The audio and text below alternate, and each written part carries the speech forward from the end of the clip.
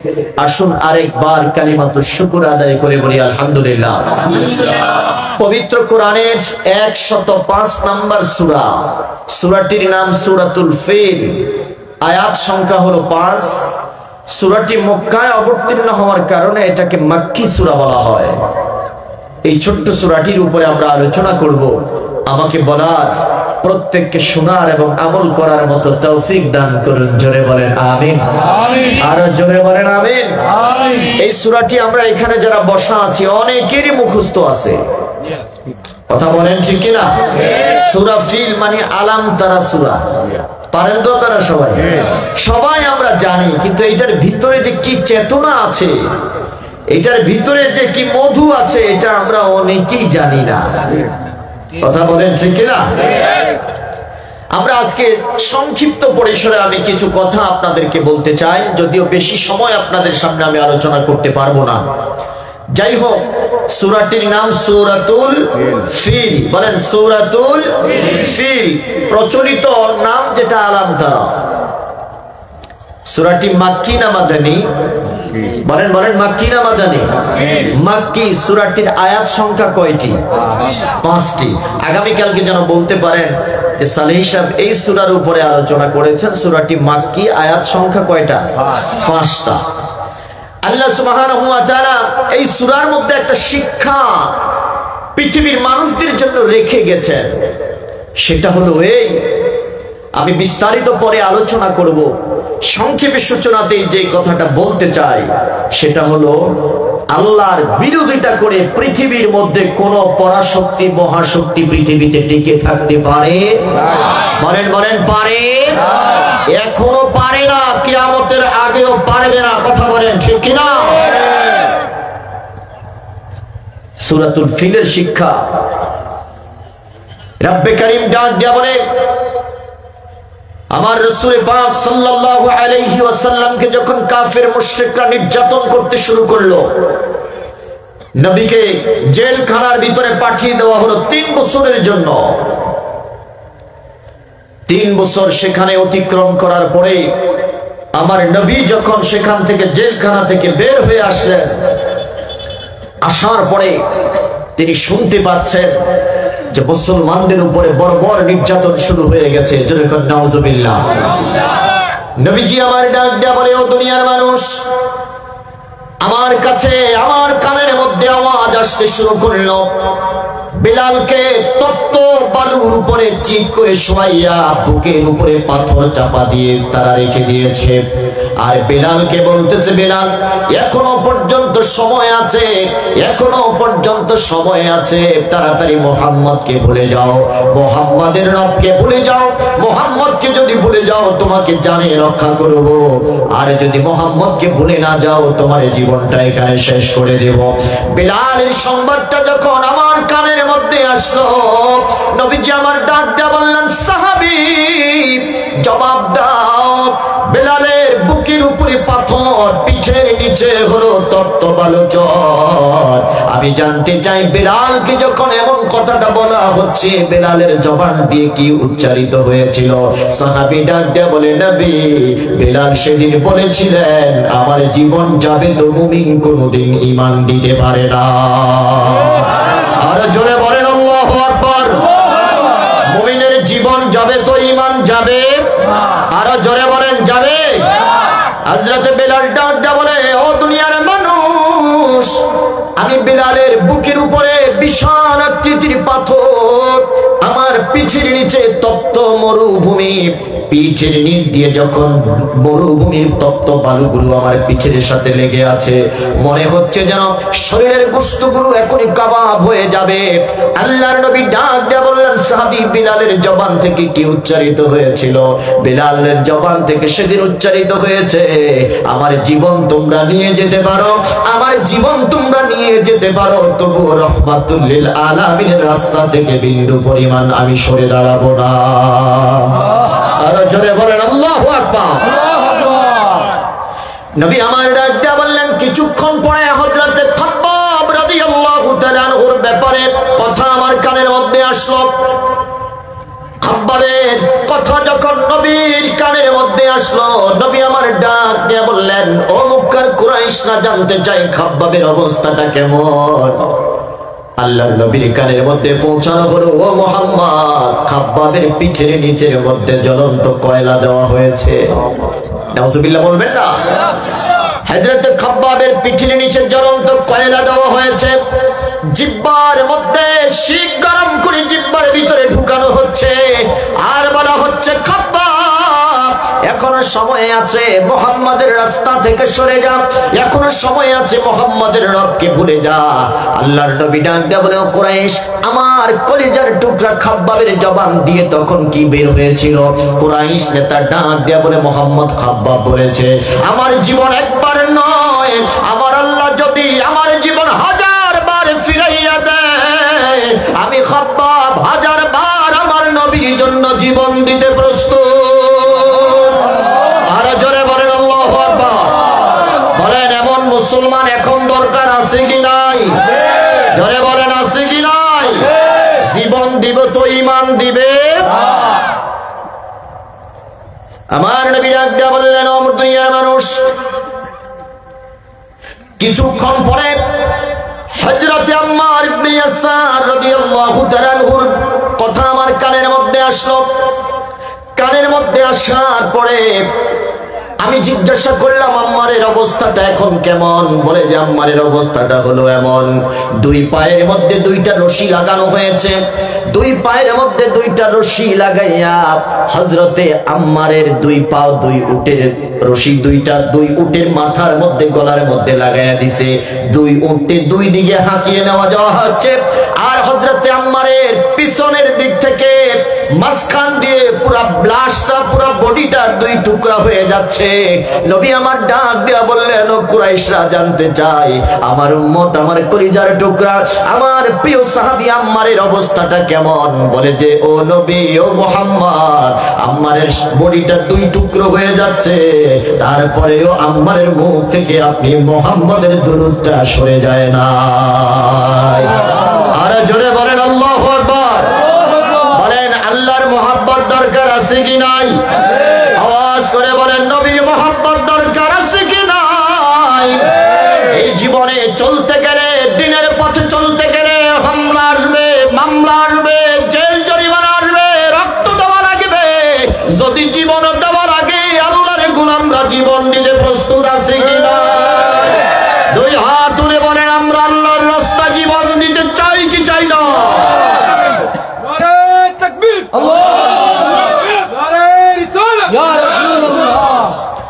আমার নবী এই কথাগুলো শোনার পরে, নবী আমার এই কথাগুলো শোনার পরে একটু টেনশনগ্রস্ত হয়ে গেল, চিন্তাগ্রস্ত হয়ে গেল। কি করা যাবে, কি করতে হবে? আমার নবী চক্ষু বন্ধ করে আল্লাহর দরবারে 2 চোখের পানি ছেড়ে কাঁদতে শুরু করলেন। আল্লাহ, মাত্র সদ্য 3 মাস 3 বছর জেল খাটার পরে, 3টি বছর হাজতের মধ্যে থাকার পরে মুক্তি পাইলাম। এখন দেখতেছি মুসলমানদের উপরে বড় বড় নির্যাতন শুরু হয়ে গেল।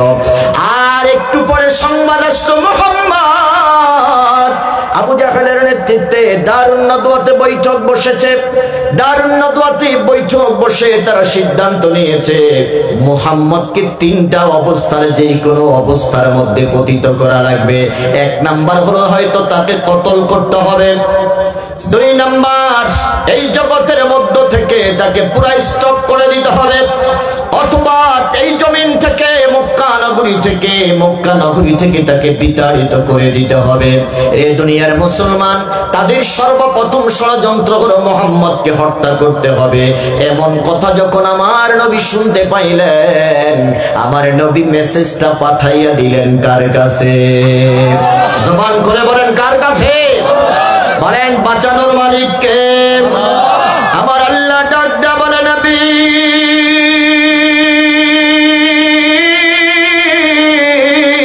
টেনশন করবেন না, টেনশন করবেন না, লা তাহজান ইন্নাল্লাহা মা'না। আপনি টেনশন করবেন না গো নবী, জীবনের মালিক আমি আল্লাহ, মরণের মালিক আমি আল্লাহ। কথা কোন ঠিক না? নবী আমার ডাক দিয়ে বলেন, আল্লাহ এখন কি করব? আমার আল্লাহ ডাক দিয়ে বললেন, ও নবী টেনশন করবেন না, আপনি কি দেখেন নাই, আপনার কি মনে নাই? আলাম তারা কাইফা ফাআলা রাব্বুকা বিআসহাবিল ফিল। আল্লাহু আকবার বলেন, আরে জোরে বলেন আল্লাহু আকবার। আলাম তারা, ও নবী আপনি কি দেখেন নাই? এটার অর্থ হলো আলাম তাআলাম, আপনি কি জানেন নাই? আমি আল্লাহ তো আপনাকে জানাইয়া দিয়েছি, জগতের মধ্যে যারাই আল্লাহর, আমি আল্লাহর সাথে দুশমনি করেছে, আপনি রাসূলুল্লাহর সাথে দুশমনি করা তো আমি আল্লাহর সাথে দুশমনি করা। জগতের মধ্যে যারা আমি আল্লাহর বিরুদ্ধে আচরণ করেছে, বিরুদ্ধে অস্ত্র ধারণ করেছে, আমি আল্লাহ তাদেরকে ধুলোর সাথে মিশাইয়া দিয়েছি। কথা কোন ঠিক কিনা? বলেন আমার আল্লাহ পারে কি পারে না? জোরে বলেন পারে কি পারে না? হস্তি বাহিনীর কথা আমার নবীকে জানাইয়া দিলেন কে? আল্লাহ। এত আস্তে বললেন কেন? আল্লাহ। জোরে বলেন জানাইছেন কে? আমার নবীর জন্মের 50 দিন আগে হস্তি বাহিনী, মুহররম মাসের মধ্যে হস্তি বাহিনী কাবাঘর ধ্বংস করার জন্য এসেছে। নবী তখনও পৃথিবীতে জন্মগ্রহণ করেন নাই, নবী তখনও পৃথিবীতে আসেন নাই। আমার আল্লাহ ডাক দেয়া বলে, নবী আপনার জন্মের 50 দিন আগে এই হস্তি বাহিনীটাকে আমি পৃথিবীর জমিনের মধ্যে মিশাইয়া দিয়েছি, আপনার কি জানা নাই? আমার নবী ডাক দেয়া বলে, আল্লাহ আমাকে তো আপনি জানাইছেন। জোরে বলেন সুবহানাল্লাহ। বলেন নবীকে জানাইছেন কে? আল্লাহ। আরো জোরে বলেন কে? ও দুনিয়ার মানুষ, আমার নবীকে জ্ঞান দিয়েছেন, আমার নবীকে জানাইছেন আমার আল্লাহ। আমার নবীর টিচার হলো আমার আল্লাহ। পৃথিবীর কোন মানুষের কাছে আমার নবীকে আমার আল্লাহ শিক্ষা দেন নাই। জোরে বলেন সুবহানাল্লাহ। প্রশ্ন করবেন, হুজুর পৃথিবীর কোন টিচারের কাছে আমার নবীকে শিক্ষা দেন নাই কেন? একটাই মাত্র কারণ, পৃথিবীর কোন টিচারের কাছে যদি আমার নবীকে শিক্ষা দেওয়া হতো, তাহলে ছাত্রের চাইতে উস্তাদের কদর বাইরা যাইতো, ছাত্রের চাইতে উস্তাদের দাম বাইরা যাইতো। আমার নবী হয়তো ছাত্র, দুনিয়ার মানুষ হয়তো উস্তাদ। আমি জানতে চাই ছাত্রের চাইতে উস্তাদের দাম কম না বেশি? নবী চাইতে নবীর উস্তাদের দাম বেশি হয়ে যাবে। আমার আল্লাহ বলে, না, আমার হাবিবকে আমি পৃথিবীর কারো কাছে খাটো করব না, পৃথিবীর কারো কাছে ছোট হতে দিব না, যার কারণে আমি আল্লাহ স্বয়ং আমার নবীর টিচার হয়ে গেলাম। আরো জোরে বলেন আল্লাহু আকবার। এই জন্য আমার নবী বলেছেন, আল্লামানি রব্বি ফাআহসানা তা'লিমি, আমাকে আমার আল্লাহ শিক্ষা দিয়েছেন। আমার আল্লাহ যেই শিক্ষাটা আমাকে দিয়েছেন, ওই শিক্ষাটা কত উত্তম শিক্ষা, এই শিক্ষার উপরে আর কোনো শিক্ষা হতে পারে না। কথা কোন ঠিক না? এবার বলেন, আমার নবীকে যে আল্লাহ শিক্ষা দিয়েছেন, কি সব শিক্ষা দিয়েছেন না কিছু বাদ রাখছেন? কথা বলেন। দলিল আমার নবী বলতেছেন, উতিতু ইলমাল আউয়ালিনা ওয়াল আখিরিন, পৃথিবীর শুরু থেকে কিয়ামত পর্যন্ত যত জ্ঞান, যত বিজ্ঞান, যত হিকমত, যত আদর্শ, যত নীতিমালা, যত কিছুর প্রয়োজন, আমার আল্লাহ ডাক দিয়ে বলে, আমি আমার নবীর সিনার মধ্যে সব কিছু ঢুকাইয়া দিছি। জোরে বলেন সুবহানাল্লাহ। এই জন্য আমার নবী এটা জানে, ওটা জানে না, এই কথা পৃথিবীর কোন মুসলমান অন্তত পক্ষে বলতে পারে না। কথা বলেন ঠিক কিনা? এই হাদিস শোনার পরে, এই হাদিস পড়ার পরে, এই হাদিস জানার পরে যদি নবীর কোন উম্মত বলে আমার নবী অশিক্ষিত, আমার নবী মূর্খ, বুঝতে হবে এটা নবীর উম্মত না, এটা নবীর দুশমন। কথা বলেন ঠিক কিনা? রে দুনিয়ার মুসলমান, নবীকে আমার আল্লাহ ডাকদা বললেন, নবী পৃথিবীর জমিনের মধ্যে যত নাফরমানকে আমি আল্লাহ ধুলোর সাথে মিশিয়ে দিয়েছি, জমিনের সাথে মিশাইয়া দিছি, তার মধ্যে একটা হলো আব্রাহার বাদশা, হস্তি বাহিনীর প্রধান। আপনার কি জানা নাই? আপনি কি জানেন না? আমি আল্লাহ তো আপনাকে জানাইছি। সুবহানাল্লাহ বলেন। আমি আল্লাহ তো আপনাকে জানিয়ে দিলাম কি ব্যবহার আমি হস্তি বাহিনীর সাথে করেছি।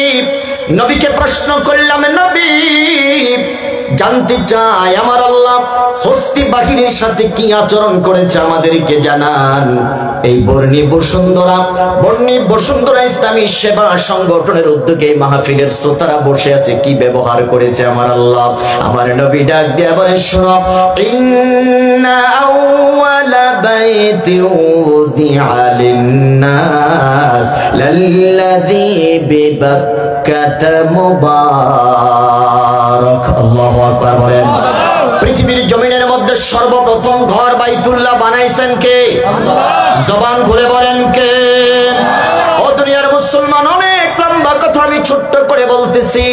আল্লাহ রাব্বুল আলামিন ডাক দেয়া বলে, আদম সফিউল্লাহর আরজি শোনার পরে, আদম সফিউল্লাহর ফরিয়াদ শোনার পরে আমি আল্লাহ এই বাইতুল্লাহ বানানোর সিদ্ধান্ত গ্রহণ করেছি। জোরে গান সুবহানাল্লাহ। আদম সফিউল্লাহ ডাক দেয়া বলে, আল্লাহ, বাইতুল মামুর কি দেখেছি ফেরেশতারা তাওয়াফ করতেছে, আমিও তাওয়াফ করেছি রে আল্লাহ। এমন একটা ঘর যদি তুমি দুনিয়াতে দিতা, তাহলে আমরা অন্তত পক্ষে তোমার এই ঘরটাকে তাওয়াফ করে কলিজা ঠান্ডা করতে পারতাম। জোরে কোন সুবহানাল্লাহ। আমার আল্লাহ ডাক দেয়া বলে, আদম, জিব্রাইলের পিছনে পিছনে যাও, জিব্রাইল তোমাকে ওই ঘরের জায়গাটা দেখাইয়া দিবে। রে মুসলমান, বুঝতে হবে এই ঘর দুনিয়ার কোনো মানুষের ডিজাইন করা ঘর নয়, এই ঘরের ডিজাইনার হলো কে? আর জোরে বলেন কে? আমার আল্লাহ ডাক দেয়া বলে, ও দুনিয়ার মানুষ, এই ঘরটাকে আমি বরকতময় করলাম। এই ঘরের মধ্যে গেলে জীবনের গুনাহ মাফ হয়, এই ঘরের মধ্যে গেলে মনের তামান্না পূরণ হয়, এই ঘরের মধ্যে গিয়ে যদি দোয়া করে আমার আল্লাহ মনের তামান্না পূরণ করেন, এটা বরকতময়। এটার মধ্যে গেলে পরে মানুষের জীবনে বরকত নেমে আসে। কথা বলেন ঠিক না? সুবহানাল্লাহ বলেন। এই ঘর ধ্বংস করার জন্য আব্রাহার বাদশা এসেছিল ইয়ামান থেকে এসেছিল। প্রশ্ন করবেন, হুজুর ভাঙ্গার কারণটা কি? অনেক লম্বা কথা। ভাঙ্গার কারণ হলো দুইটা। বলেন কয়টা? দুইটা। এক নাম্বার কারণ হলো বাণিজ্যিক কারণ। কাবাকে কেন্দ্র করে পৃথিবীর প্রত্যেকটা প্রান্ত থেকে মুসলমান বলেন, কাফির বলেন, মুশরিক বলেন, সবাই কাবা ঘরকে তাওয়াফ করার জন্য তারা দৌড়াইয়া আসতো। কাবা ঘরকে তাওয়াফ করতে গিয়ে এখানে তারা বাণিজ্য মেলা বসতো, দোকান বসতো। পৃথিবীর সব মানুষগুলো এখানে এসে কেনাকাটা করতো। তখন আব্রাহার বাদশার মনের ভিতরে ইচ্ছা জাগলো, যদি এই ঘরটা ইয়েমেনে হতো, ইয়েমেনে যদি করা হয়, তাহলে বাণিজ্যিক ভাবে আমরা অনেকটা সাফল্যমণ্ডিত হব। কথা বলেন ঠিক কিনা? মনে করেন আজকের মাহফিলের আশেপাশে দোকানপাটে একটু বেচা কিনাটা কেমন হয়েছে? বলেন বলেন বলেন। অনেক মাহফিল আছে, মাহফিলে যত মানুষ তার চাইতে বেশি মানুষ থাকে মেলায়। জোরে বলেন। বছরে একবার এখানে মাহফিল হয়, এতে করে দোকানদারদের পকেট একটু ভারী হয়। কথা বলেন ঠিক কিনা? ইয়ামেনের বাদশা আব্রাহা ডাক দেয়া বলে, ও দুনিয়ার মানুষ, আমি হাবশার বাদশা নাজ্জাশীর বাদশাকে খুশি করার জন্য যখন প্রস্তাব দিলাম আপনার জন্য আমি ইয়ামেনের মধ্যে একটা মূর্তি বানাবো, আমি মূর্তি বানাইয়া মক্কার এই জগতের মধ্যে মক্কার যেই বাইতুল্লাহটা আছে, কাবা ঘরটা আছে, এটা ভেঙে দিব। তখন দুনিয়ার মানুষগুলো এখানে আসবে, আপনি প্রতি বছর মেহমান হয়ে আসবেন। এই উদ্দেশ্যে যখন কাবার উদ্দেশ্যে রওনা দিল, আমার আল্লাহ ডাক দেয়া বলে, ও মাকারু ওয়া মাকারাল্লাহ আল্লাহু খায়রুল মাকিরিন। আল্লাহু আকবার বলেন। রে দুনিয়ার মুসলমান, দুই নাম্বার কারণ হলো সে যখন মূর্তি বানাইল, ইয়ামেনের জমিনের মধ্যে মূর্তি তৈরি করে মানুষদেরকে যখন মূর্তি পূজার জন্য আমন্ত্রণ জানালো, মক্কা থেকে কয়েকজন যুবক সেই মূর্তির ঘরের ভিতরে প্রবেশ করেছে রাতের অন্ধকারে প্রবেশ করে ওই মূর্তির সামনে পিছনে পুরা ঘরের মধ্যে টয়লেট করে একবারে পুরা ভরপুর করে ফেলছে। কথা বুঝেন নাই? বলেন মক্কার ঘরটা বানানোর নির্দেশ কার? বলেন বলেন কার? এটার ডিজাইনার কে? আল্লাহ। আমার আল্লাহ বলে, বলেছেন বারাকনা হাওলাহু, আমি আল্লাহ এটার চতুর্পাশটা বরকতময় করে দিয়েছি। জোরে কান সুবহানাল্লাহ। এ দুনিয়ার মানুষ, আমি আল্লাহ চতুর্পাশটা এটার বরকতময় করে দিয়েছি। তামাম পৃথিবীর মানুষদের জন্য এটা হেদায়েতের মার্কাজ।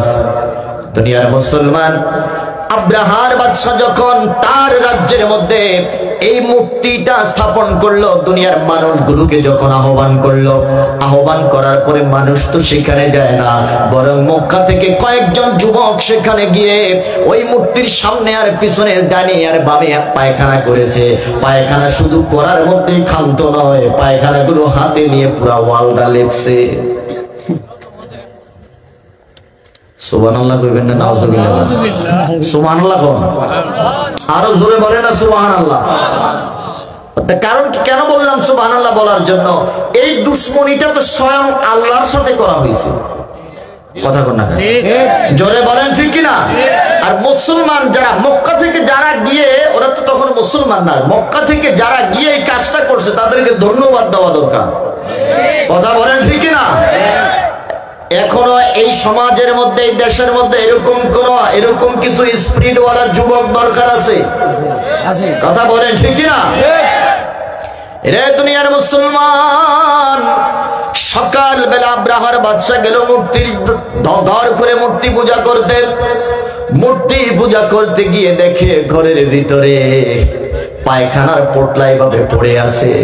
শুধু পোটলা না, পুরা ঘরের চতুর্পাশে এত সুন্দর করে টাইলস করছে, ডিজাইন করছে, বাতি দিয়েছে, পুরা ঘরের ভিতরে পায়খানার দুর্গন্ধে ঢুকাই যায় না। কথা বলেন ঠিক না? তখন সে চিৎকার চেঁচামেচি শুরু করে দিল, কার এত বড় স্পর্ধা যে এখানে টয়লেট করেছে। জরিপ নিয়ে দেখতে পেল মক্কা থেকে কিছু মানুষ এখানে আগমন করে এই অপকর্মটা করেছে। তখন আব্রাহার বাদশা সিদ্ধান্ত নিল, আর একটা মুহূর্ত দেরি নয়, আমি মক্কায় গিয়ে বাইতুল্লাহটা ধ্বংস করে দিয়ে সেখানে সব কিছু চুরমার করে দেব। প্রতিহিংসার আগুনে জ্বলে আব্রাহার বাদশা বাইতুল্লাহ ধ্বংস করার জন্য এগোতে আসতেছে। জোরে কর নাউজুবিল্লাহ। দুইটা কারণে, বলেন কারণ কয়টা? দুইটা কারণ। এবার আব্রাহার বাদশা মক্কা নগরীতে প্রবেশ করার জন্য, তামাম মক্কা নগরীটা ধ্বংস করে দেওয়ার জন্য, বাইতুল্লাহটাকে তছনছ করে দেওয়ার জন্য সাথে নিলেন ৬০,০০০ সৈন্য। নাউজুবিল্লাহ বলবেন না? কত হাজার? মতান্তরে কেউ কেউ বলেছেন ১২,০০০।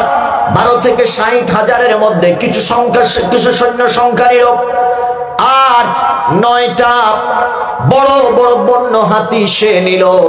বড় ৯টা হাতির মধ্যে একটা হাতি হলো সবচাইতে বড়, এটার নাম হয়েছে মাহমুদ। বলেন নাম কি? মাহমুদ।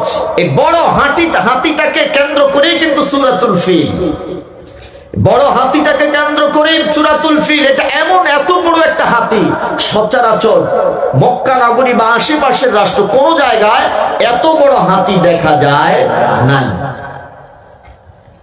এমন একটা হাতি, আজকে আমার দেশে বড় বড় বিল্ডিং দেখা যায়, বড় বড় অট্টালিকা দেখা যায়, কিন্তু তৎকালীন সময়ে বিল্ডিং ছিল না। কথা বলেন ঠিক কিনা? নড়বড়ে অবস্থা, পাথর দিয়ে উঁচু উঁচু করে আস্তে আস্তে করে ঘর তৈরি করতো। ওইগুলো ভাঙার জন্য বুলডোজারের প্রয়োজন নাই, ওগুলো ভাঙার জন্য বড়ের ছোট্ট একটা হাতি যথেষ্ট। কথা কোন ঠিক কিনা? ৯টা হাতি এনেছে, তার মধ্যে একটা হাতি হলো বিশাল আকৃতির হাতি, এটার নাম হলো মাহমুদ। নাজ্জাশীর বাদশা থেকে চেয়ে আনছে এটা। এই হাতিটাকে সঙ্গে করে সে আগাচ্ছে। আগানোর পরে পথিমধ্যে সে আব্দুল মুত্তালিবকে খবর দিল, ডাক দিয়া বললেন, ও কুরাইশ বংশের লোকেরা, তোমাদের এই বাইতুল্লাহর তত্ত্বাবধানকারীকে বলে যে বাইতুল্লাহর রক্ষণাবেক্ষণকারী হলো আব্দুল মুত্তালিব, বলে যে তাকে খবর দাও। আব্দুল মুত্তালিবকে খবর দিয়েছে। আব্দুল মুত্তালিব আসতে একটু লেট করেছে। ইতিমধ্যে আব্রাহার সৈন্যরা আব্দুল মুত্তালিবের কিছু উট আর বকরি চুরি করে নিয়ে গিয়েছে। জোরে কর নাউজুবিল্লাহ। আব্দুল মুত্তালিবের কানে যখন এই সংবাদ আসলো, তিনি চলে গেলেন। এ দুনিয়ার মুসলমান, হস্তি বাহিনীর কথা শুনেই এখানে আমরা ক্ষান্ত নয়, বরং সূরাতুল ফিলের মধ্যে আমার আল্লাহ যে শিক্ষাটা দিয়েছেন এই শিক্ষাটা গ্রহণ করে আজকে বাড়ি যেতে হবে। কথা বলে ঠিক না? রাজি আছেন নি আপনারা? কে কে চলে যাবেন আতুডান? আসেননি আপনারা? আসেননি? আসেন আসেন আসেন, চলবে কিছু সময় ইনশাল্লাহ। কতক্ষণ? সারা রাত? আল্লাহ কবুল করুক। জোরে বলেন আমিন। আরে জোরে বলেন আমিন। বলেন সাথে আনলেন কত হাজার সৈন্য? 60,000 সৈন্য। ও মিয়া বাইতুল্লাহ ধ্বংস করতে 60,000 সৈন্য লাগে? হ্যাঁ।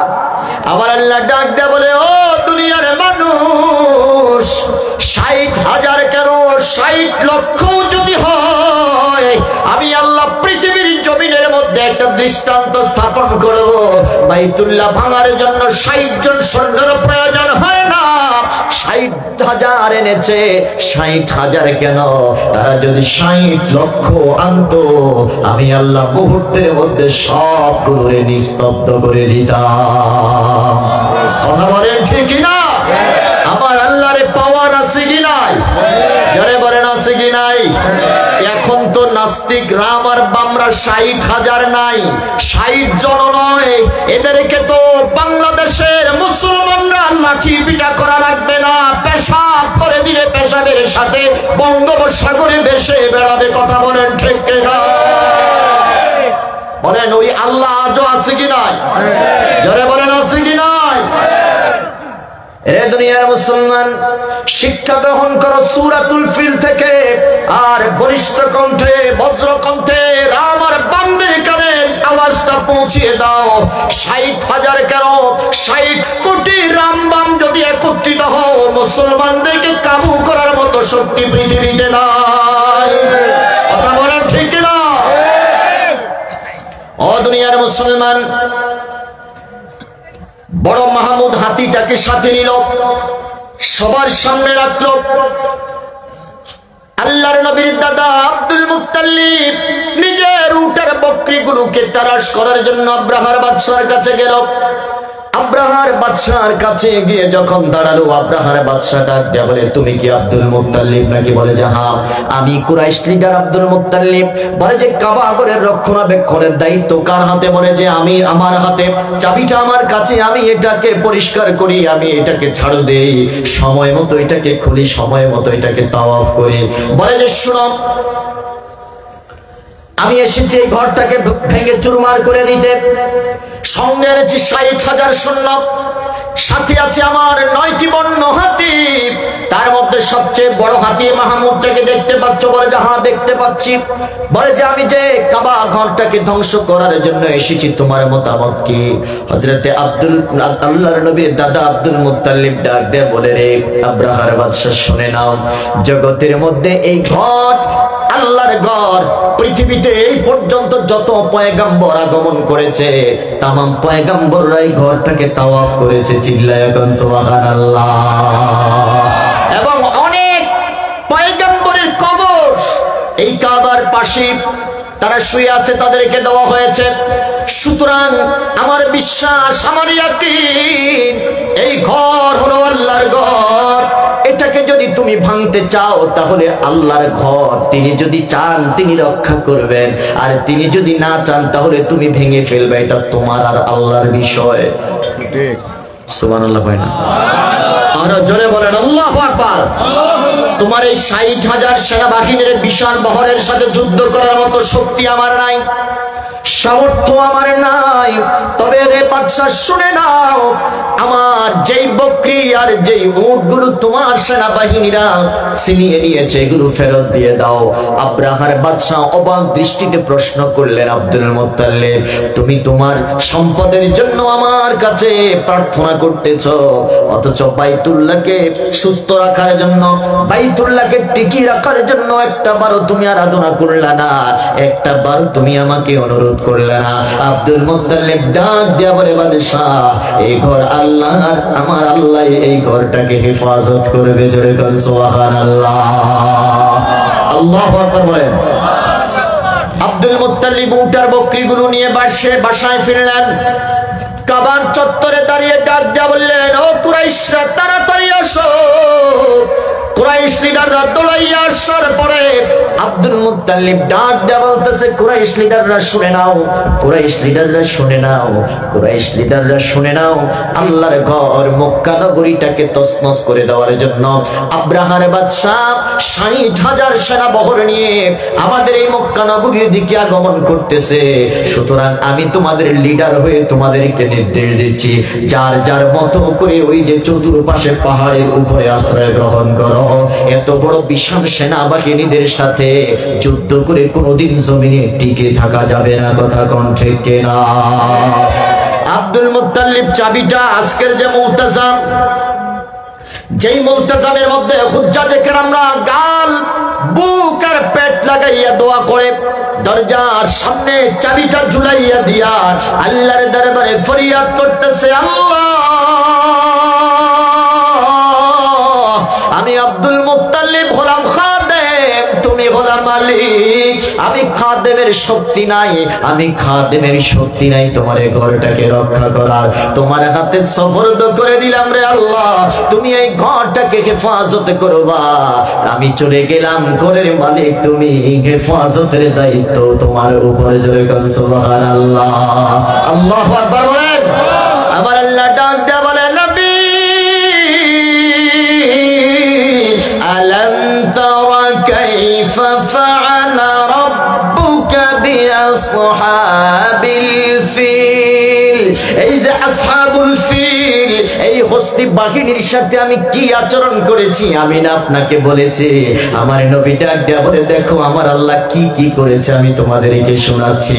যখন মাহমুদ নামক হাতিটাকে আস্তে আস্তে করে বাইতুল্লাহর দিকে হাঁকিয়ে আনা হচ্ছে, কাছাকাছি আসার পরে মাহমুদ নামক হাতিটা আস্তে করে বাইতুল্লাহকে কেবলা রেখে বসে পড়েছে।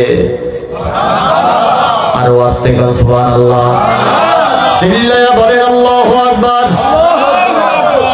হাতিটাও আল্লাহর ঘরকে তাজিম করতে জানে, কথা বলেন ঠিক কিনা? হাতিটাও আল্লাহর ঘরকে তাজিম করতে জানে। পশু পাখিরাও আমার নবীকে ইজ্জত দিতে জানে, কথা বলেন ঠিক কিনা? আমার আল্লাহ বলেছেন, ওয়া মান ইউআযযিম শাআইরাল্লাহি ফাইন্নাহা মিন তাকওয়াল কুলুব। আল্লাহু আকবার বলেন। যার অন্তরে তাকওয়া আছে, যার অন্তরে প্রেম আছে, যার অন্তরে ভালোবাসা আছে, সেই আল্লাহর এই আলামতগুলো, আল্লাহর এই আয়াতগুলো, ওমাই ইউআযযিম শাআইরাল্লাহ, আল্লাহর এই শাআইরগুলোকে তাজিম করবে, সম্মান করবে, ভালোবাসবে। আর যার অন্তরে তাকওয়া নাই, মুহাব্বত নাই, ঈমান নাই, সে কোনোদিন এইগুলোকে তাজিম করতে জানে না, কথা কোন ঠিক কিনা? দেখেন হস্তি বাহিনীর প্রধান যে হাতিটা, এটা বাইতুল্লাহকে তাজিম করতে শিখেছে, তাজিম করতে শিখে নাই আমার কিছু নাস্তিক মানুষ, কথা বলেন ঠিক কিনা? আমার আকাঙ্ক্ষা, ইচ্ছা ছিল যে এই লোকটা যদি যে বাইতুল্লাহ জিয়ারতটাকে ব্যবসার সাথে তুলনা করেছে, দুনিয়ার ক্ষুদ্র একটা জিনিসের সাথে তুলনা করেছে, তার কপালটা ভালো, তাকে জেলখানার মধ্যে বন্দী করেছে, আমার মনে হয় এদেশের মানুষ যদি গুলিস্থানে তারে পাইতো, তার একটা পশমও তার শরীরের মধ্যে রাখতো না, কথা বলেন ঠিক কিনা? এগুলো আমাদের হাট। বাইতুল্লাহর উপরে আঘাত করা মানে মুসলমানের কলিজায় আঘাত করা। আমার নবীর ইজ্জতের উপরে আঘাত করা মানে মুসলমানদের কলিজায় আঘাত করা, কথা বলেন ঠিক কিনা? ছোট্ট এই বিশাল বাহিনী, হস্তি বাহিনীর, দুনিয়ার মানুষের কাছে এটা বিশাল, কিন্তু আল্লাহর কাছে এটা ক্ষুদ্র, কথা বলেন ঠিক কিনা? আমার নবীর কাছে আল্লাহ বর্ণনা করতেছে, নবী তারা যখন হাতিটাকে হাঁকাইয়া হাঁকাইয়া আনতেছে, বাইতুল্লাহর সামনে আসার পরে, বাইতুল্লাহর সামনে আসার পরে হাতিটা আস্তে করে চারজানু হয়ে বাইতুল্লাহকে কেবলা বানাইয়া বসে পড়েছে। জোরে জোরে কান সুবহানাল্লাহ। শত চেষ্টা করা হয়েছে, তার শরীরের মধ্যে পেরাক ঢুকানো হয়েছে, তাকে দাঁড় করাইতে পারে নাই। আল্লাহু আকবার বলেন। সর্বশেষ লোহা গরম করে সুর আছে না, হাতির সুরের ভিতরে লোহা গরম করে ঢুকানো হয়েছে, এরপরেও হাতি উঠে না, এক চুল সামনেও যায় না। আল্লাহু আকবার বলে, আরো জোরে বলে আল্লাহু আকবার। অনেক কষ্ট করে হাতিটাকে দাঁড় করাইয়া বাইতুল্লাহর দিকে আনতে চায়, বাইতুল্লাহর দিকে আসে না। যখন ইয়েমেনের দিকে তাকে যেতে বলে দৌড়াইয়া চলে যায়। তার মানে হলো বাইতুল্লাহর প্রেম এই হাতিটার ভিতরে আছে। কথা বলেন ঠিক কি না? আল্লাহু আকবার বলেন। এই দুনিয়ার মানুষ এই হাতিটার উপরে যখন নির্যাতন শুরু হয়ে গেল, হাতিটাকে নাজ্জাশীর সেনাবাহিনীরা রাগান্বিত হয়ে ক্রোধান্বিত হয়ে যখন হাতিটার উপরে নির্যাতন শুরু করে দিল, হাতিটার দুই চোখ উপরের দিকে উঠাইয়া আল্লাহর কাছে সাহায্য কামনা করলো। আর জোরে বলেন আল্লাহু আকবার। সাহায্য চাইছে কার কাছে? এখান থেকে শিক্ষা হলো, দুনিয়ার মুসলমান মাজলুম সে যেই হোক না কেন, মাজলুম যদি দুনিয়ার চারপাই জানোয়ার হয়, মানুষ তো দূরের কথা, মাজলুম যদি রাস্তার একটা কুকুর হয়, আর ওই কুকুর যদি আল্লাহর কাছে ফরিয়াদ করে, আমার আল্লাহ সাথে সাথে মাজলুমের পক্ষে কাজ করেন। জয় করেন সুবহানাল্লাহ। মানুষ তো দূরের কথা, একটা চতুষ্পদ যা জানোয়ারের উপরেও নির্যাতন করা যাবে না। দুনিয়ার মুসলমান হাতিরা যখন চোখ তুলে আল্লাহর কাছে চাইলো, আমার আল্লাহ ডাক দিয়া বলে, রে চারপাই জানোয়ার হস্তি বাহিনী, আর কোনো টেনশন নাই, আমি আল্লাহ তোদের পক্ষে নিয়ে নিলাম।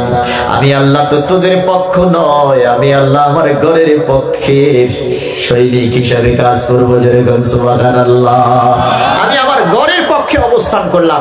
এই বলে আমার আল্লাহ নবীকে ডাক দেয়া বলে, নবী আব্দুল মুত্তালিব পাহাড়ের চূড়ায়, কুরাইশ বংশের মানুষরা পাহাড়ের গুহায় চাবিটা বাইতুল্লাহর দরজার মধ্যে ঝুলতেছে, আর হস্তি বাহিনীর প্রধান হাতিটার কান্না আমি আল্লাহর দরবারে পৌঁছে গেছে। এখন থেকে অ্যাকশন শুরু হয়ে গেল। ও আরসালা আলাইহিম তাইরান আবাবিল, সাথে সাথে আমার সেনাবাহিনী প্রেরণ করে দিলাম। আল্লাহু আকবার বলেন, আর জোরে বলেন আল্লাহু আকবার। ও আরসালা আলাইহিম তাইরান আবাবিল, আমি যাকে যাকে পাখি প্রেরণ করে দিলাম।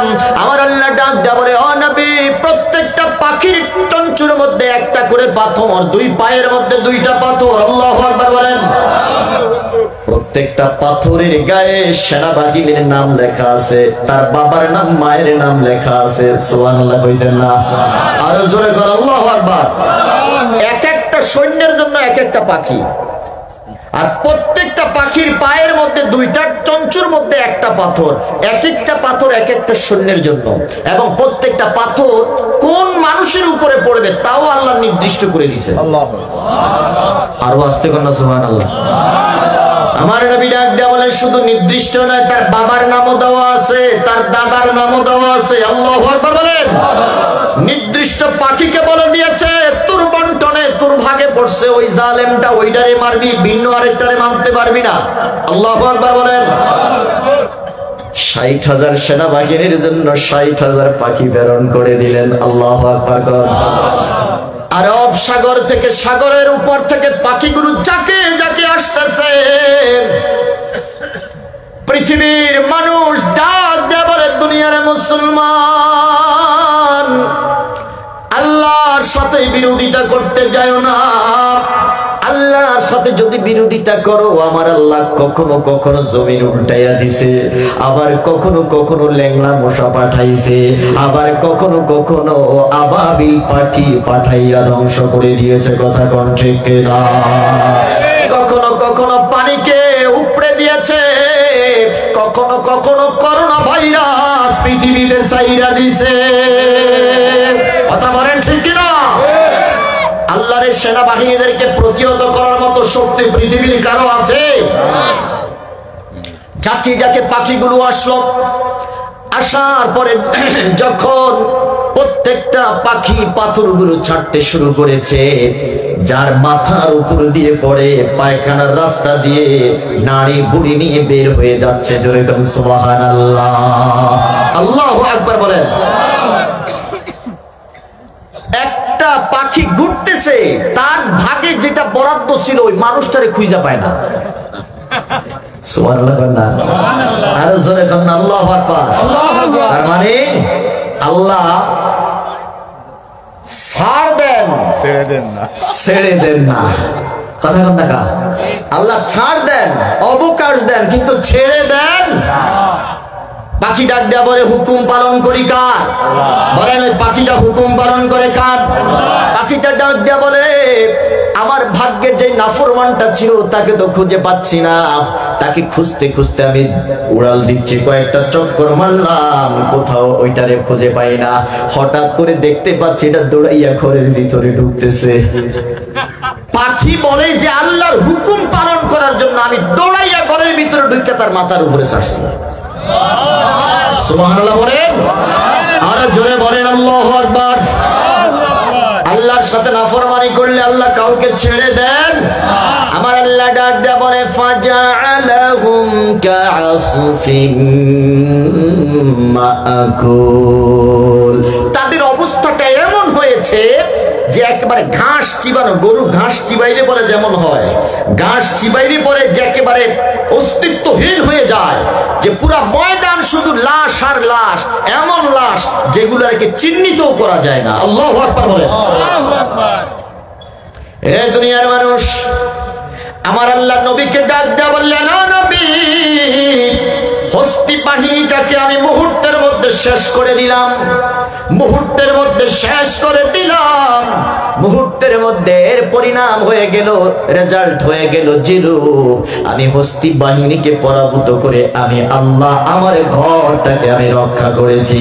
ও নবী আপনি মনে রাখবেন, ও নবী আপনি মনে রাখবেন, এই ঘরের চাইতে দামি হলেন আপনি। আপনাকে বানানোর কারণে আমি আল্লাহ এই ঘর বানাইছি।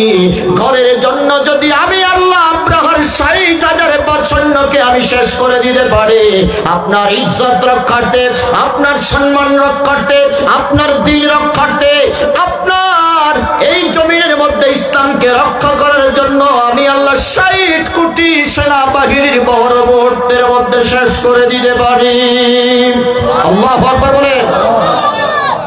বলেন বাইতুল্লাহ বানাইছে আমার আল্লাহ নবীর উসিলায়।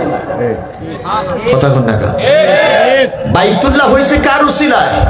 নবীর উসিলায়। ও নবী, বাইতুল্লাহকে আমি যতটুকু মহব্বত করি তার চাইতে কোটি গুণ বেশি মহব্বত করি আপনি রাসূলুল্লাহকে। আরো জোরে বলেন সুবহানাল্লাহ। বাইতুল্লাহর বিরুদ্ধে ষড়যন্ত্র করেছে, আমি ছেড়ে দেই নাই। আপনি রাসূলুল্লাহর বিরুদ্ধেও যারা ষড়যন্ত্র করবে তাদেরকে তো আরো আগে ছাড়বো না।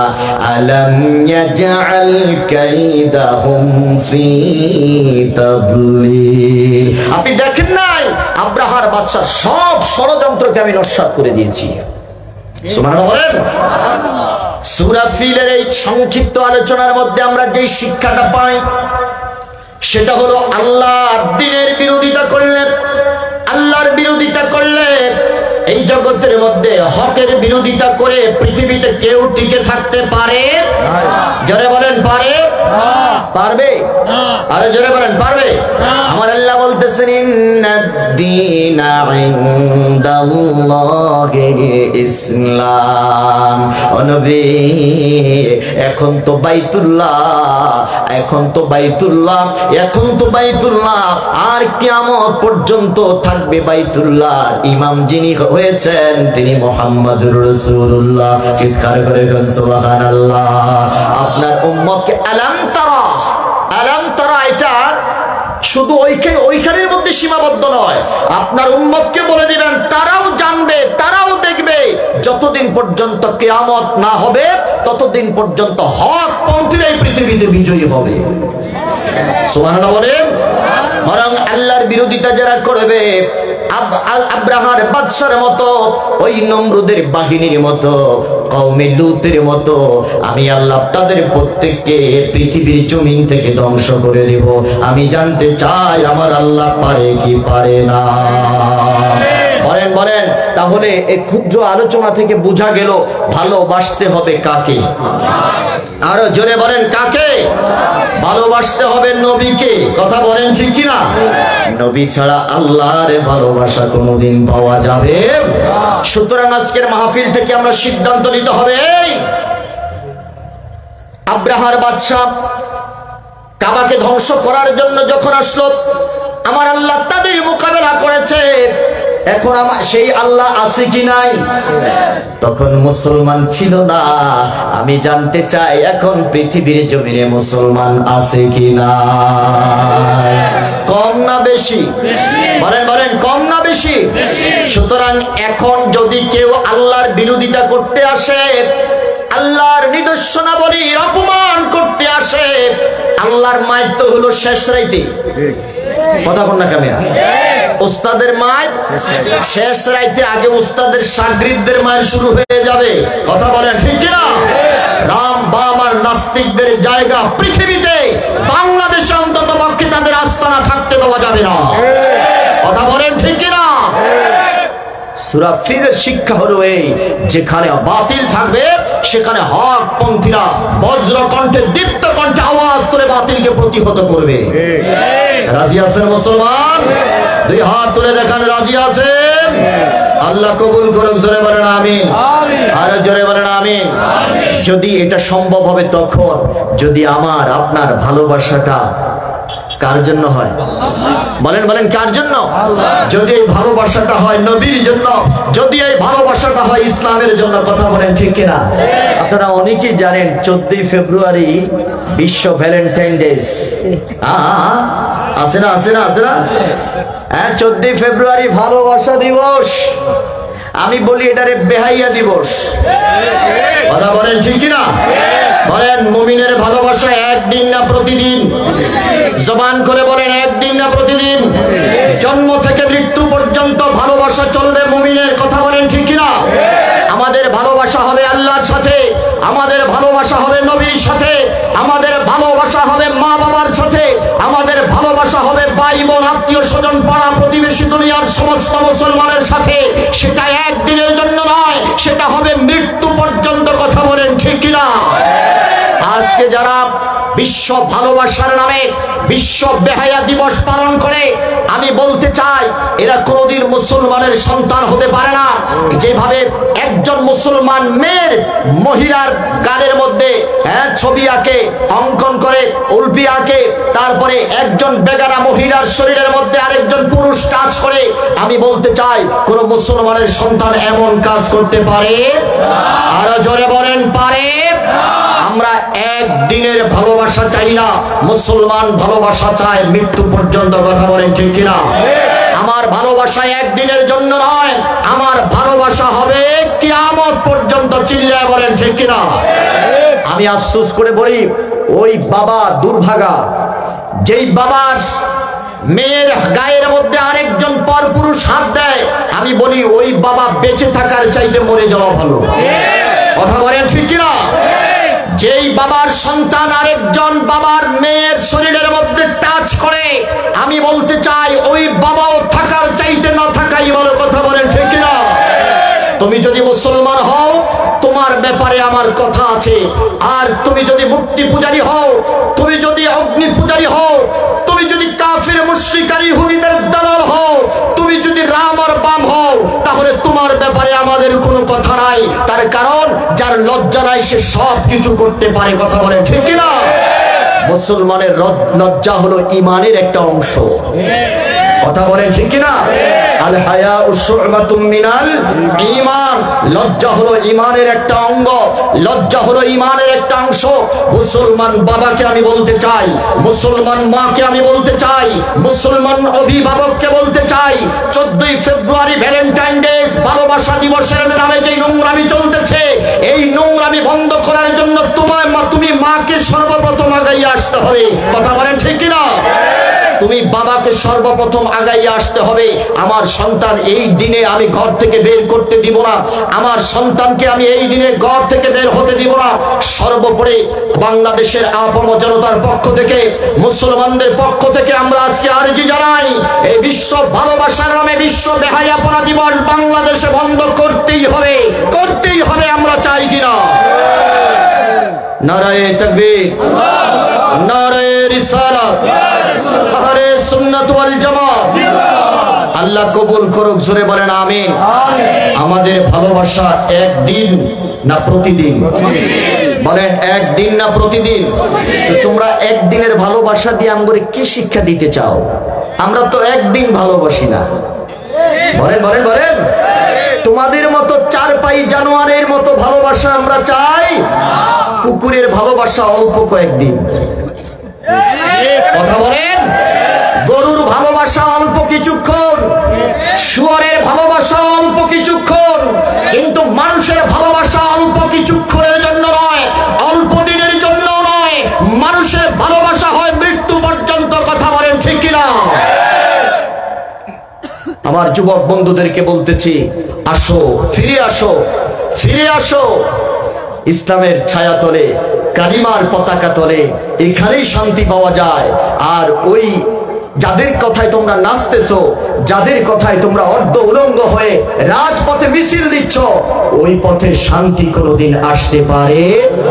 আর জোরে বলেন পারে? যদি আমরা নবীকে ভালোবাসতে পারি, যদি আমরা নবীর মোহাব্বত পেতে চাই, নবীকে যদি ভালোবাসতে পারি, তাহলে বলেন কবরে, হাসরে, মিজানে, ফুলসিরাতে আমার নবী আমাদের সাথে আছে কি নাই? আর জোরে বলেন আছে কি নাই? যদি নবীকে ভালোবাসতে না পারো, তাহলে নবীও তোমাকে ভালোবাসবে। বলেন কবরে আমাদেরকে তরাইবেন নবী, হাসরে নবী, বলেন হাসরে, পুলসিরাতে, মিজানে নবী। নবী ছাড়া কোনো গতি। মুসিবতে না পাই যদি, মুসিবতে না পাই যদি, করুণা তোমার কবরে হাসরে কি হবে আমার? কবরে হাসরে কি হবে আমার? বলেন মুসিবতে না পাই যদি, মুসিবতে না পাই যদি, করুণা তোমার কবর হাসরে কি হবে আমার? কবরে হাসরে কি হবে আমার? ও গো নবী পরশমণি, তুমি গলার যে মালা, এশকেতে ডুবাইয়া যে করেছ উজালা। ও গো নবী পরশমণি, গলার যে মালা, তোমারি আশকেতে আমায় করেছ উজালা। তোমারি আশকেতে আমি, তোমারি আশকেতে আমি পাগল দেওয়ানা। কবরে হাসরে কি হবে আমার? কবরে হাসরে কি হবে আমার?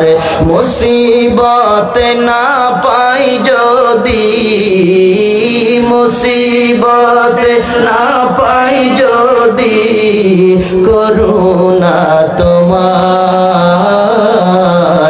কবরে হাসরে কি হবে আমার?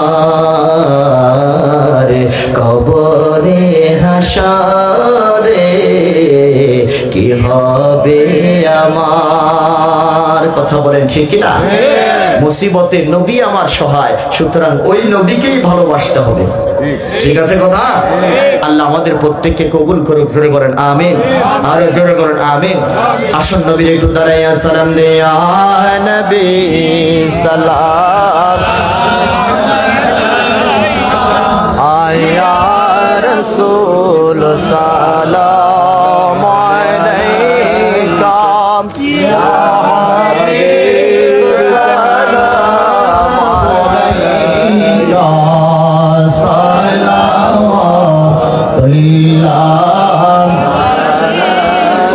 সাইয়্যিদি ইয়া রাসূল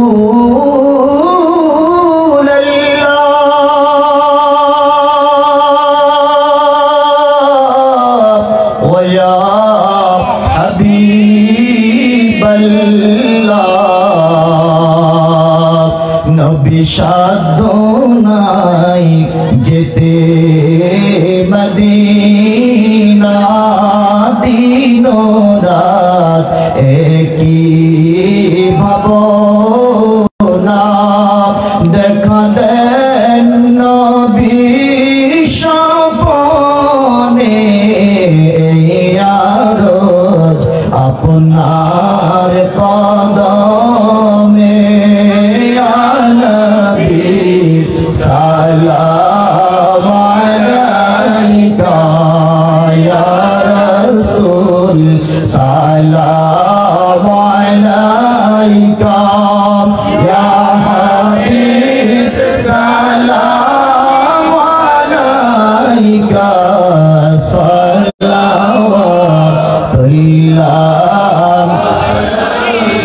ইয়া রাসূল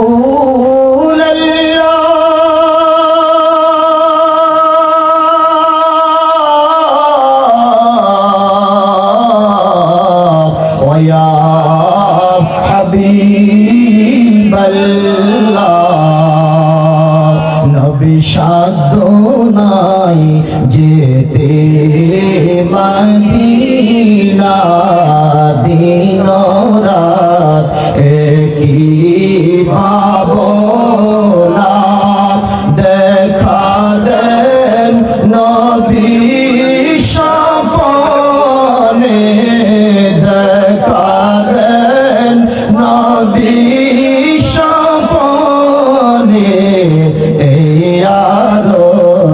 আপনার কদমে নবী সালাম আলাইকা ইয়া রাসূল সালাম আলাইকা ইয়া হাবিব সালাম আলাইকা সালাওয়াতুল্লাহ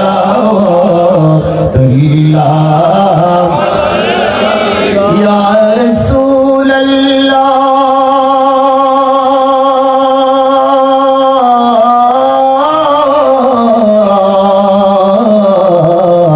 ইয়া হাবিবাল্লাহ কেমন জানি মক্কা মদিনা কেমন জানি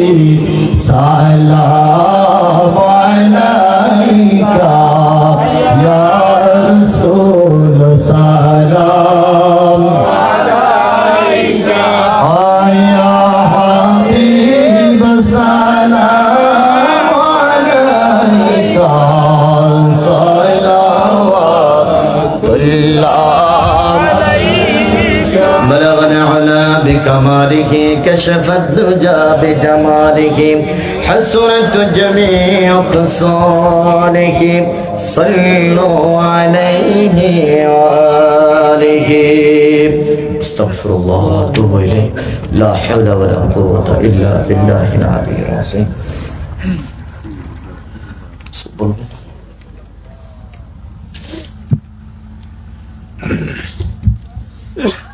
আলহামদুলিল্লাহ আমরা হুজুরের কাছ থেকে যে সূরা ফিলের তাফসীর আজকে শুনলাম।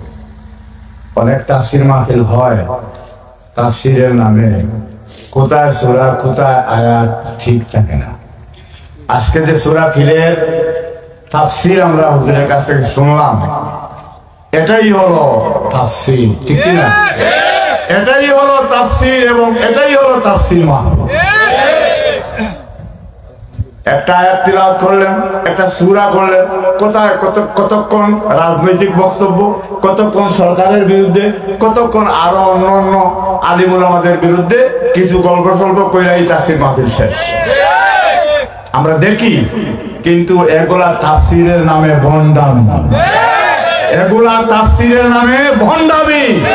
আজকে আমরা এই মুহূর্তে সূরা ফিল এত সুন্দর তাফসীর এর পূর্বে আমি আর শুনিনি। আলহামদুলিল্লাহ আজকের মাহফিল সমাপ্ত হবে হুজুরের দোয়ার মাধ্যমে।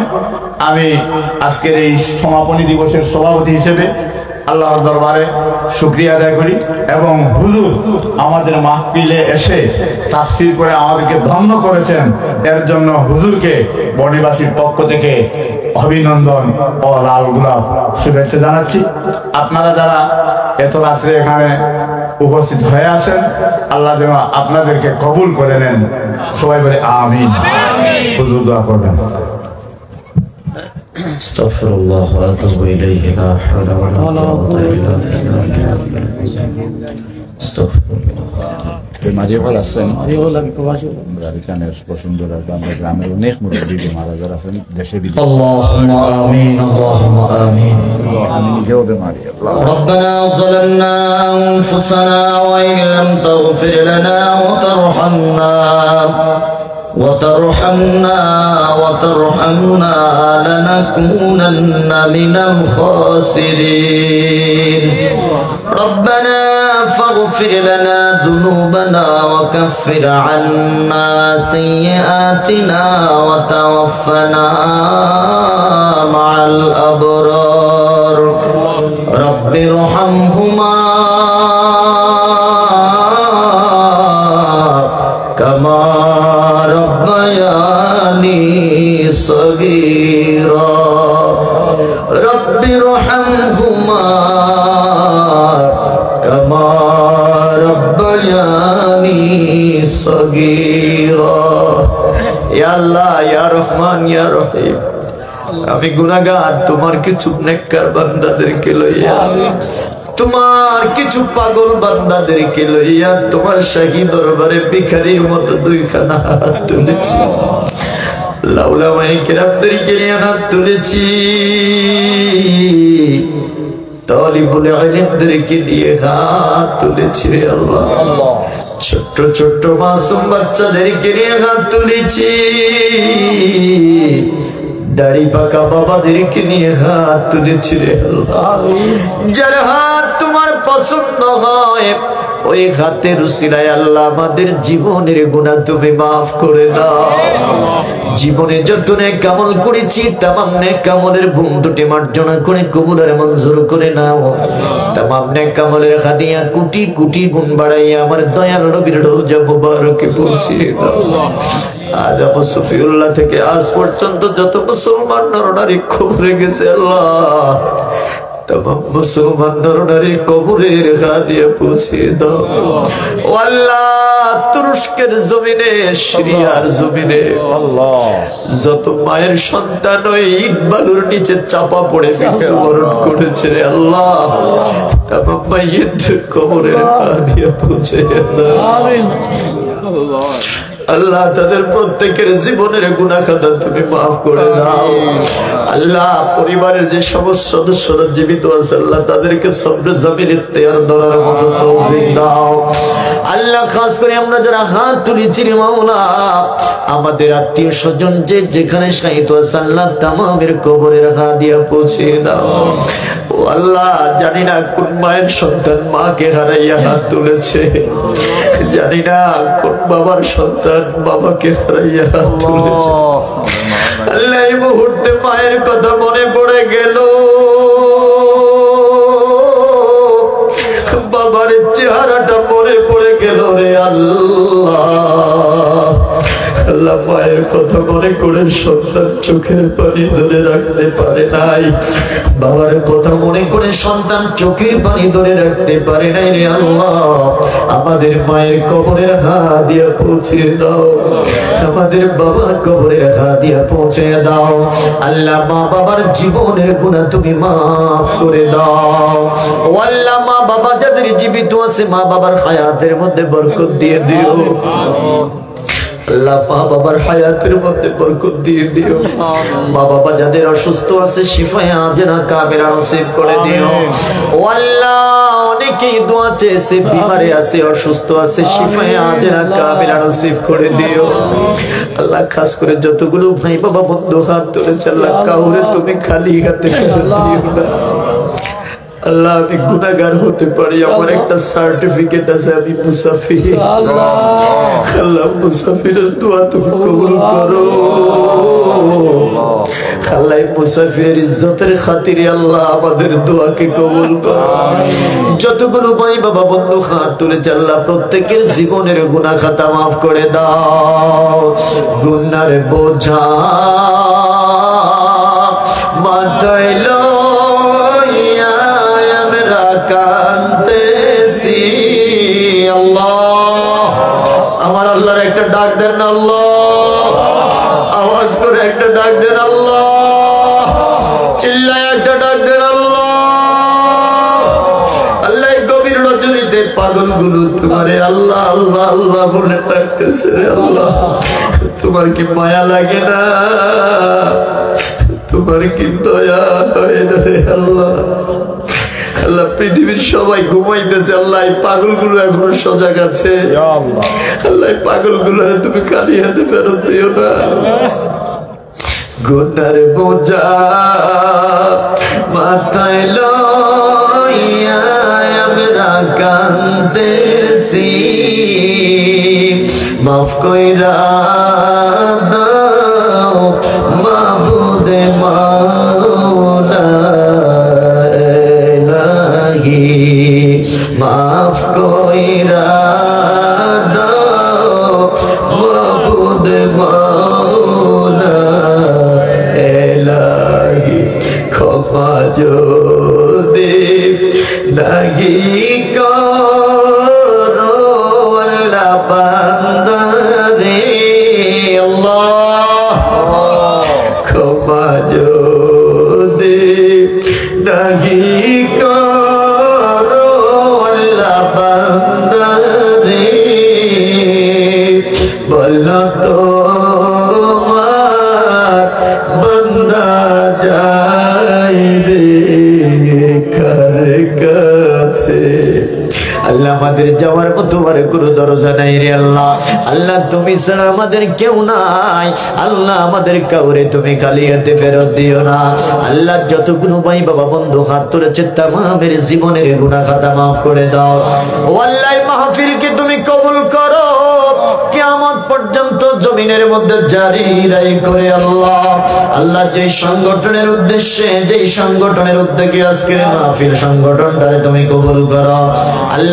যারা টাকা দিয়েছে, পয়সা দিয়েছে, বুদ্ধি দিয়েছে, বিবেক বিবেচনা দিয়েছে, সময় দিয়েছে, যে যেভাবে খেদমত করেছে আল্লাহ তামাম খাদেমদের খেদমতকে তুমি কবুল করে নাও আল্লাহ। প্রবাসের জমিন থেকে যারা টাকা দিয়েছে, পয়সা দিয়েছে, বুদ্ধি বিবেক বিবেচনা দিয়েছে। আল্লাহ বারবার ফোন করে দোয়া চাইছে, আল্লাহ কিছুই দিতে পারলাম না, 2 ফোঁটা চোখের পানি দিয়ে দিলাম। আল্লাহ প্রত্যেকটা প্রবাসী ভাইদেরকে তুমি কবুল করো। ইয়া আল্লাহ প্রত্যেকজন প্রবাসী ভাইদেরকে আল্লাহ তুমি কবুল করো। আল্লাহ তাদের হালাল রিজিকে বরকত দিয়ে দাও। মায়ের সন্তান প্রবাসী আল্লাহ সহি সালামতে রাখো। আল্লাহ আপনাদের হাত তুলেছি, আগামী বছর এখানে অনেকেই থাকবেন আল্লাহ। জানি না কার জীবনে এটাই না জানি শেষ মাহফিল। আল্লাহ জানি না কার জীবনে না জানি এটাই শেষ মাহফিল। আল্লাহ আমাদের গুনাহ আজকে মাফ করে দাও। আল্লাহ আমাদের গুনাহ আজকে মাফ করে দাও। আল্লাহ আমাদের হায়াতে বরকত দাও। আল্লাহ আমাদের রিজিকে বরকত দাও। আল্লাহ আমাদের আমলে বরকত দাও। ইয়া আল্লাহ ঢাকায় চলে যাব, সহি সালামতে পৌঁছায় দিও। আল্লাহ সহি সালামতে পৌঁছায় দিও। রাস্তাঘাটের আপদ বিপদ বালা মুসিবত অ্যাক্সিডেন্ট দুর্ঘটনা থেকে আল্লাহ তুমি কুদরতি ভাবে হেফাজত করো। আল্লাহ মৃত্যুর বিছানায় শুয়ে যাব, আমাদের প্রত্যেকের পাক জবানে জারি করে দিও কালিমে তাইয়্যিবা লা ইলাহা ইল্লাল্লাহু মুহাম্মাদুর রাসূলুল্লাহ।